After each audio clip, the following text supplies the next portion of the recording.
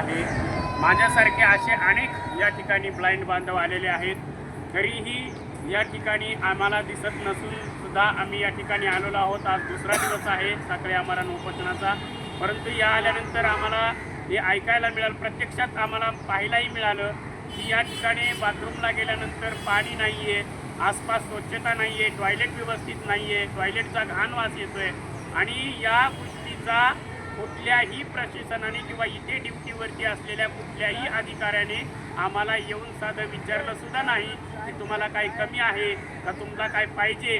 तरीही आम्ही या गोष्टीची चौकशी कुठे करावी किंवा आम्हाला तर दिसत नाही आहे, आम्हाला तर काउंटर माहीत नाही आहेत, म्हणून आम्ही या गोष्टीची चौकशी करण्यासाठी कुठे जावं आणि हा ड्युटीवरले प्रशासन जे आहे ते कुठे बसलेलं असते हेही आम्हाला माहीत नाही। तरी आमच्याकडे कुणीही प्रशासनचा एकही अधिकारी आलेला नाही आहे।